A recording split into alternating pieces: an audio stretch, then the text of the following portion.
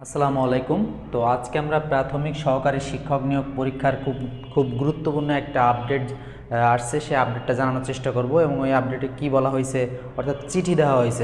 প্রথমে যদি আমরা বলি যে প্রাথমিক শিক্ষা অধিদপ্তর থেকে এই বিভাগগুলোর যেই জেলা শিক্ষা অফিসার আছে ওনাদেরকে একটা চিঠি পাঠানো হয়েছে। তো মূল ভিডিওতে যাওয়ার আগে আমি কিছু জিনিস ক্লিয়ার করি যে আমরা আমাদের পূর্বের ভিডিওতে কিন্তু বলে দিয়েছিলাম যে প্রথম ধাপের যে পরীক্ষাটা, সেই পরীক্ষা কবে হতে পারে এই বিষয়ে একটা আলোচনা করেছিলাম। সেটা আপনারা যারা প্রথম ধাপের পরীক্ষার্থী আছেন তারা চাইলে পূর্বের ভিডিও দেখে আসতে পারেন। তো আমরা এই ভিডিওতে শুধু আলোচনা করব হচ্ছে দ্বিতীয় এবং তৃতীয় ধাপের পরীক্ষা কবে হতে পারে এই বিষয়ক যে আপডেটটা আছে, এই আপডেটটা নিয়ে কথাবার্তা বলবো।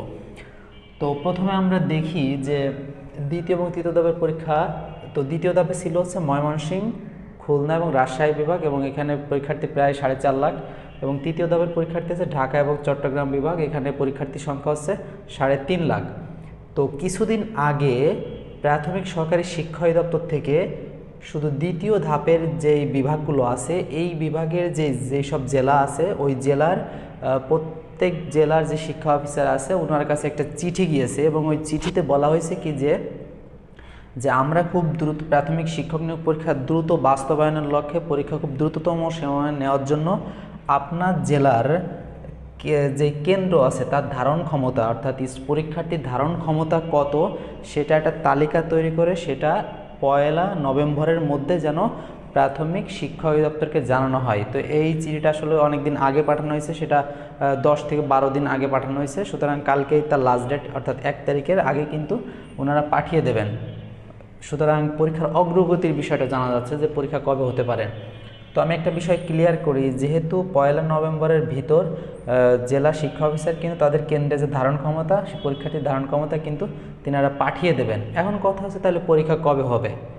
আমরা অলরেডি জানি যে প্রথম ধাপের যেই পরীক্ষার ডেট অনানুষ্ঠানিকভাবে দেওয়ার আগে তারা যে কাজটা করেছিল ঠিক একইভাবে এই প্রাথমিক শিক্ষা প্রাথমিক শিক্ষা অধিদপ্তর প্রথম ধাপের যে বিভাগগুলো ছিল তার জেলা শিক্ষা অফিসারের কাছে কিন্তু ঠিক একই রকম একটা চিঠি পাঠিয়েছিল যে আপনার কেন্দ্রের ধারণ ক্ষমতা আপনারা 1 তারিখের ভিতর পাঠান। ওই ডেডলাইন শেষ হওয়ার পরেই কিন্তু কিছুদিন পরেই তারা একটা ডেট ওনাদেরকে জানিয়ে দিয়েছে যে আপনারা এই তারিখে যে পরীক্ষা হবে, এই তারিখটা যেই কেন্দ্রে পরীক্ষা হবে সেই কেন্দ্র প্রধানকে অবহিত করেন এবং আপনারও অবগতির জন্য জানানো যাচ্ছে। ঠিক একইভাবে কিন্তু যেহেতু ডেডলাইন শেষ দ্বিতীয় ধাপের পরীক্ষা, সুতরাং কিছুদিন পরেই কিন্তু আসলে ওনারা একটা মিটিং করে দ্বিতীয় ধাপের পরীক্ষার তারিখ কিন্তু ফিক্সড করবে। তার পরবর্তীতে কিন্তু তৃতীয় ধাপের পরীক্ষাও কিন্তু এই প্রসেসে চলবে। এখন কথা হচ্ছে কবে পরীক্ষা হতে পারে একটা আইডিয়া করি।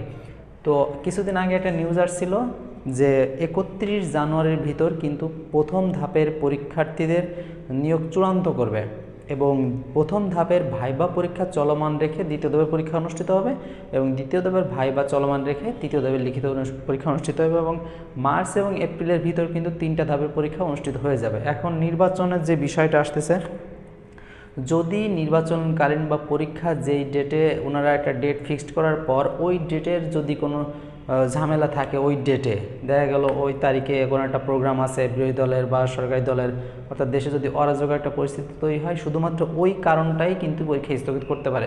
তাছাড়া দেশের পরিস্থিতি যদি মোটামুটি স্বাভাবিক থাকে তাহলে কিন্তু কোনোভাবে পরীক্ষা স্থগিত করবে না।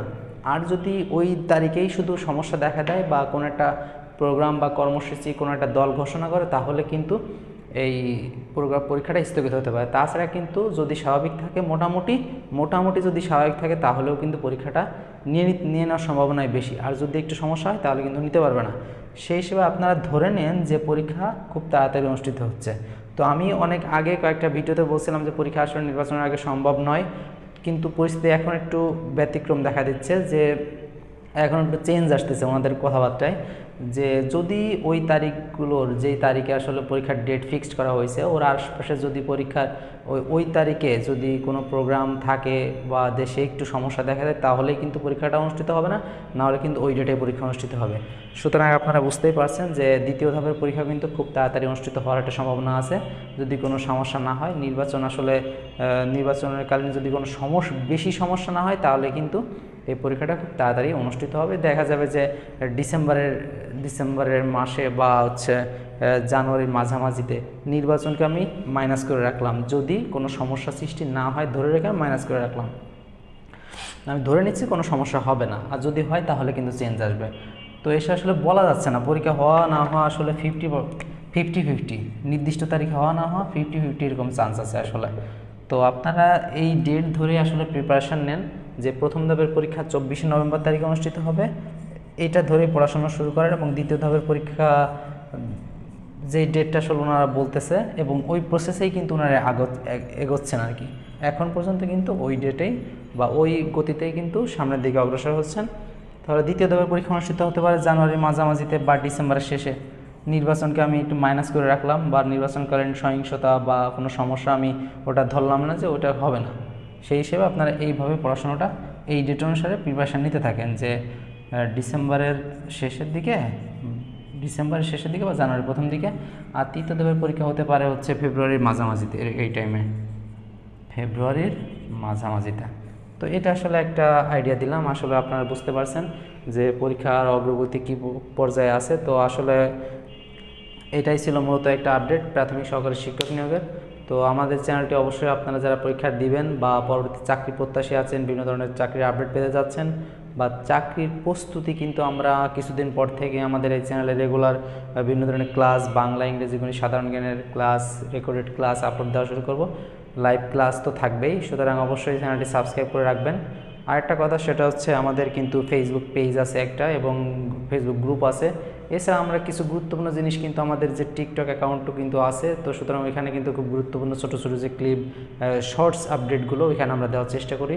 তো আমাদের সাথে সমস্ত মিডিয়ায়, সোশ্যাল মিডিয়ায় আপনারা অবশ্যই কানেক্টেড থাকবেন এবং ভিডিওটা অবশ্যই শেয়ার করে দিবেন। এবং যদি কোনো প্রশ্ন থাকে সেটা অবশ্যই আমাদের ফেসবুক পেজে যদি মেসেজের মাধ্যমে জানাতে পারেন, অথবা আমাদের যে ভিডিওর কমেন্ট বক্স থাকবে সেখানে আসলে জানাতে পারবেন। অবশ্যই আমরা সেটার অ্যান্সার দ্রুততম সময়ের মধ্যে দিয়ে দেওয়ার চেষ্টা করব। তো ধন্যবাদ সবাইকে, ভালো থাকবেন, সুস্থ থাকবেন, আল্লাহ হাফেজ।